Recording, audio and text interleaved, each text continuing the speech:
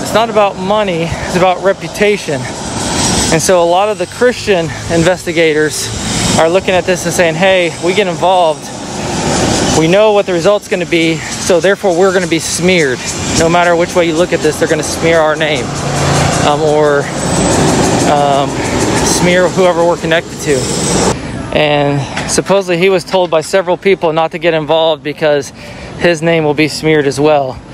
And I guess the word going around is don't get involved because you're just going to get smeared in social media. Like, nobody's really worried. And he was one of the few that was, hey, I'm willing to put my reputation on the line to find out the truth.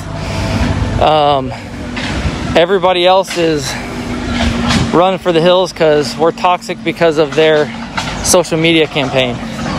And I'm 100% against using people like Grace that Phil sent out, because I think that those are, there might be a place and a time for them, but we're not trying to clear house. That's a clear house type organization. Gentlemen, I am sending you 3 text messages. These are from Jonathan Bailey. This happened last night. I repeated myself about the, look, this is morphing into spiritual abuse. I'm not sure what's happening. I've told him that I'm the middleman, kind of stuck here, that I don't even want to be here necessarily in this situation, but I'm not sure exactly what to do. I just want this to be a sexual allegation because that's what it started out with, and he's not accepting that. So I'll send you now the letter. No, I do not like this is moving into a sexual / spiritual abuse. I don't like that at all. That's not what was agreed upon. Nevertheless, no, Jefe's not going to like it. I know you gentlemen do not like it. Nobody really likes this, and I asked for this. Now it's kind of putting my back against the wall with Jonathan Bailey and his group, and my back's already against the wall. All of ours is with Jonathan Earnhardt. Not trying to keep any friendship there necessarily. It is with Jefe at this moment, and is with a whole lot of pastors. Jefe was talking about Jefe backed off his lawyer because he said, I want to be, go the second mile, turn the other cheek and different things. And I don't like that. Nevertheless, I respect that and I understand that. Doing this really is going the second mile.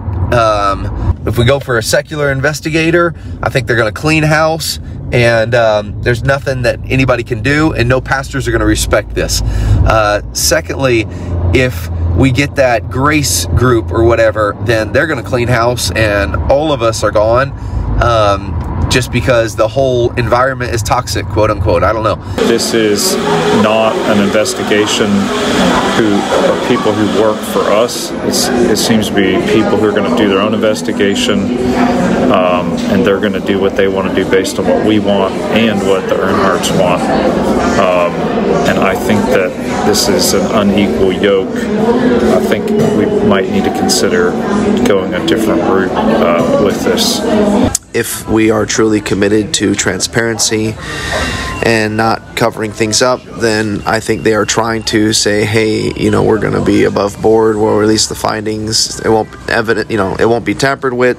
And, since we're an independent investigation, it should be fine for both sides to see our results, as well as any of the churches, since so many people have a vested interest. So I think I understand if we have nothing to fear, and if we're truly committed to growing, and if we're truly committed to transparency, and the current leadership of the board of directors have nothing to fear, then I think something like this could be helpful. Bring things to light, to clear our name as a mission board, and reveal areas in our life that we want to be conscious to work on. I do not think this will be favorable for those wanting to defend Brother Gardner and his family, his life, his reputation, and his future ministry. I've been texting, but My problem with this is they have not listened to the parameters we've set. It's not that we're trying to control the outcome. It's not that we're trying to interfere in the investigation, but they're not investigating what we told them to investigate, and we're not in charge of it. So I think it's just a bad business deal. I don't know. I just don't like it. I think it's far too broad. They can investigate anything they want. They can do anything they want with the results. We have to pay for all of it. And Jonathan Earnhardt also is speaking into what they do. So it's just, the whole thing stinks. It's like having a problem with a blocked drain. So you hire somebody to come to unblock your drain, and they say, we'll only come unblock your drain if we're allowed to check your roof, your foundation, and check anything in your house, and also talk to your neighbors and see if there's any problems they have, but you got to pay for all of it. And then once we're done, we get to tell anybody about all the problems in your house, your entire street, but you got to pay for all of it. It's just, it's far too open-ended in my opinion. In the investigation, they're the accusers. We are not. Therefore, we have a little bit less leverage than they do. I don't think it's right. Jefe's going to be upset at me, and so are all the pastors, and so are the Earnhardts. John Pearson told me yesterday, he said, move forward with another lawyer. My guy is following through, and I'm very sorry. Nobody is helping out at this situation. Not that you guys are not. Nobody's coming through. No lawyers, no investigators. Hey Travis, Eric Knight is no longer an option. That ship has sailed, sadly. When I talked to him, I can show you guys text messages somewhere over the phone, but last time I talked to him, I said, hey preacher, thanks so much for everything you've done. I think we found David Gibbs Association. We might be going with that. I'll confirm that with you. And he said, amen, this is an answer to my wife's prayers. None of my pastor friends, none of my church people, my wife, nobody wants me to get involved in this. I just felt like I needed to help. And he said that Lord showed us that. And so his ship sailed. Nobody was in agreement that he did it anyway. So, and I'll tell Jonathan Bailey about these 17. Come on, man. Let it go. At the most, what do they want? They want Jefe to say, I'm sorry, I was too abrasive with you, and please forgive me. Okay, we'll do that. That's fine. I'll ask forgiveness then. I don't care. I don't see where this can go and what the big deal out of all of it is. First thing that comes to my mind that I would say if I were in a Zoom call right now is, can we get Jonathan Bailey on maybe a 20-30 minute Zoom to ask a few questions? And I think at this stage we negotiate where we say, okay, we understand this is what you're proposing, this is our intention, and the local church has met and discussed this, and so the local church isn't contracting you for these things, but we're more than happy for you to collect that information. You can give it off to Trent and the church, and we're committed to blah, blah, blah. And this is what we want to contract you to do. So we don't want to pay you your hours. This is not what we're trying to put together. So I talked to Jonathan Bailey this afternoon. He had called me, and so last night, whereas I told you guys this morning in my text and stuff that I was leaning towards no on the investigation by them because they could not agree to a very narrow scope.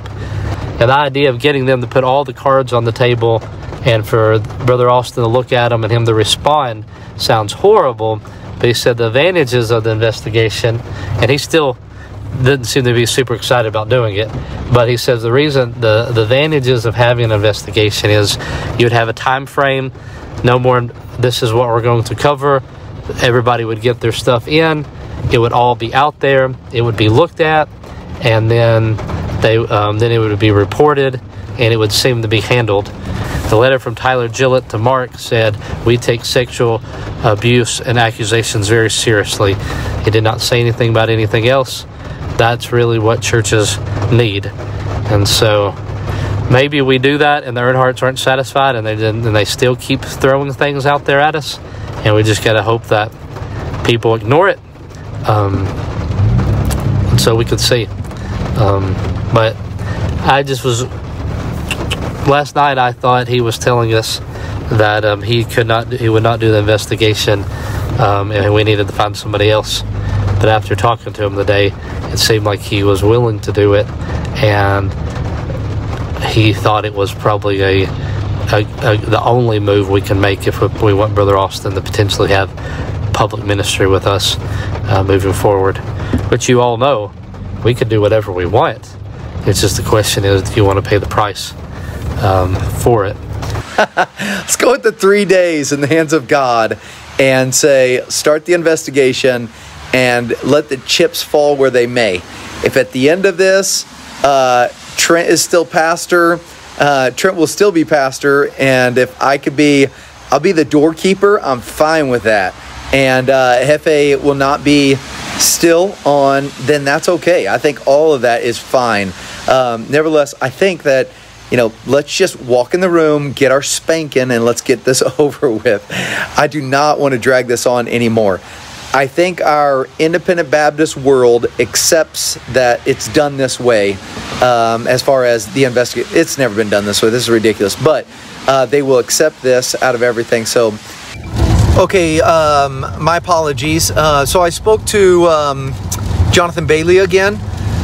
He said, which I know he spoke to Trent as well earlier, and he's very neutral. He said, look, if you guys walked in, I don't know anybody there. I don't know Austin Gardner. I don't know anybody. He said, this is very unbiased. He said, but I know the independent Baptist world. We can either linger this on or we can, get to the investigation and get things rolling. And I said, well, I have some questions. There's 7 other guys that do the voting, not just me. And so they want to know as far as how many other pastors are there, and are they independent Baptists? And he said, yes, 2 other pastors. They are both independent Baptist. He said one is Pastor Travis Smith in Tampa, Florida. He said independent Baptist, independent fundamental Baptist of a mission agency. I think he's a head of a mission agency. He said he doesn't know y'all, and we're looking for them. He said there's one other, but he hasn't confirmed. I think it's seems like Boston, or I don't remember where he said. But he said those 2 guys, he said they're both going to look at this, and he said the best way to get this done, and I said we don't want a scope of the spiritual abuse because this can go on forever. And he said, look, the best way is you can either keep it going on and on and on, or you get everything pulled out, put it on the table, and let them look at it and say, no, this is actually not manipulation and bullying. This is actually not a sin. This is the way that he's just a domineering personality. There's no sin in that. And he said we'll lay it all out that way. And he said this is really the only way you can get it done in our world. In other words, out of your questions, there was 1, the independent Baptist. He answered that question for me. 2, the money, and he answered that question for us. And 3, at least the big ones, was the scope. And he said, in today's world, he said, years ago, CLA walked in and he said, we're on the side of the church. He said in 2021, you can't get away with things as far as people are different and they're going to see this spiritual abuse type thing. But these pastors are independent Baptists. They're going to be able to look at it and say, no, that's really not sin. This is just the way things going. So I don't see this as a problem. Hey guys, I just talked to a lawyer named Lee Parks Jr. He is with Parks, Chesson, and Walbert in Atlanta. He has done loads of these investigations. He really thinks entering into the agreement with National Center for Life and Liberty is not a smart move, because he says you could actually end up worse off than you are. What he thinks would be best is to do 2 separate investigations. He said they could be done simultaneously. One would be the non-employee sexual abuse allegations of Becky, surrogate family member, and he works for us. He said he thinks it could be maybe 10 to 20 hours, basically, if they're willing to talk to him. And then he would talk, he talk to everybody, do a report, and then he would work for us. We could release that report. as we see fit. Okay, guys, I just talked to a lady named Eileen Berman. She's in Atlanta as well. I said, how much do we allow the accuser to dictate who does the investigation? She says, no, you can't do that unless there's a good reason. You know, you lead. You guys are in control of this. That is good news to hear, Travis. So great news. It looks like the MCC 17 thing is imploding a little bit with them closing down. So if Trent is on board, then VBM doesn't release the fourth official statement about the MCC group. As long as somebody on their team or their 17 knows that there's a pathway to report something about this spiritual abuse, then I think we're okay. And I'm sorry I didn't think of this earlier, Travis. If an accusation came in from Peru, I don't see how there could be one. Obviously, I don't believe that there's any accusations from Peru, but if they had an accusation that took place from Peru, what is our lawyer going to do? Are we just paying him by the hour for a phone call? And I guess that might become an issue, is if they just start rounding up a lot of witnesses of things that could imply any kind of sexual case. What Tolson said is what I was proposing the other day, is that all spiritual abuse would be handled by the local church, and I think it's a good policy for all of them. I'm not opposed to the pastoral board of advisors on that, but we should probably put a lot of words on paper before that's ever created. You don't want an advisory board that is a cause of real distress for us because of their opinions. I think at this stage, I mean, he's only going to investigate the sexual abuse allegations of Becky Earnhardt against Austin Gardner. That's the scope of it. So I think all the other stuff, I don't know what he will do with them, but he probably will come back and say, do you want me to investigate this and this, or just this? And we can decide, do we want to investigate? I would imagine if it's outside the United States, it'd be out of his jurisdiction, but I could be wrong. Spiritual abuse that's being spoken of is not only spiritual abuse against him, his personal character, but also our spiritual leadership style and vision. So I think it's good to separate spiritual abuse into two appropriate categories: personal character of one man, and then the spiritual leadership of the mission board. Sorry, Brendan, but I pretty much disagree with everything you just said. Because the board is not under investigation. You said there's three different things. I don't think the board in our leadership style is under investigation. It might have been mentioned in passing, but there's been no specific allegations against our board. And if there is, if you can show that to me, but just saying something in passing or saying, hey, they got a toxic culture or something like that is not evidence enough for us to put a whole panel to take that on or something like that. I think that's overreacting majorly. And so I think one thing we got to keep, they tried to connect us to, in their letter, but they said, even in their letter, it was false, the MCC 17, because they said everybody was previously part of VBM or something like that, and that's not true. They weren't. Several in there have nothing to do with VBM or Vision Baptist Church, and ever.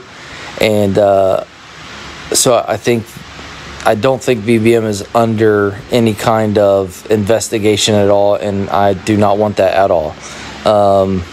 And I think what we're under pressure is to show that we are doing the right thing, and that we're not covering anything up, and that we are being transparent with the investigation. We got a real investigator, somebody really going to investigate the accusation against Pastor Gardner, which is happening. But I don't think that we want to release anything about spiritual abuse that we're investigating publicly, because nobody knows about that. Nobody knows about the MCC 17 group. So we don't want to be the ones that make that public, because it was shared in a private group. They even said this is shared for private and not for public, to be dispersed publicly. So let's stick with that and not be the guys that shoot ourselves in the foot.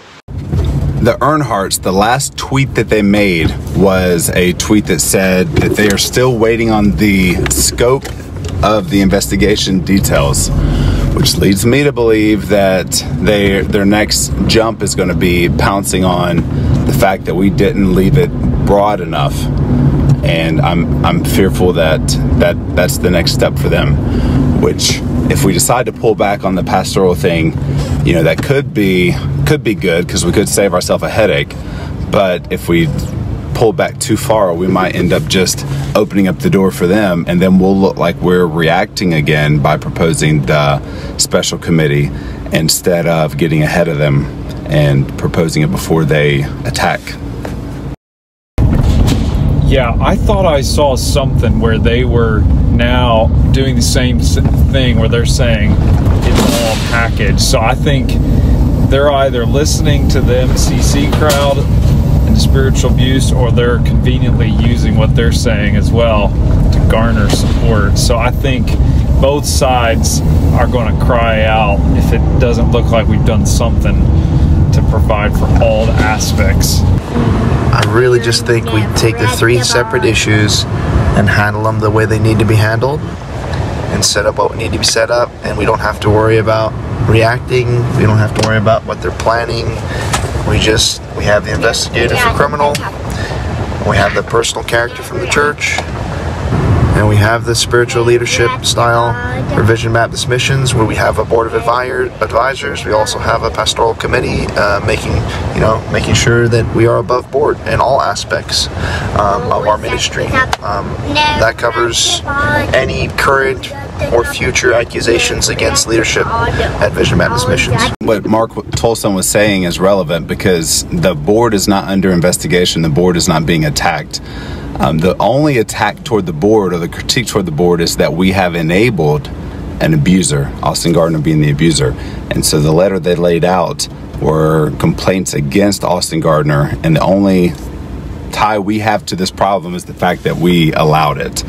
So I don't think that we need to have anybody investigate the board or our culture. I think what they need to do is to see the complaints of these 17, and then hear Austin Gardner's side, and then propose something, or at least we can say it's been investigated, and they can give us suggestions toward how to better our culture or whatever. But I think that we don't want to go too far, in my opinion, and try to solve a problem that's not there yet.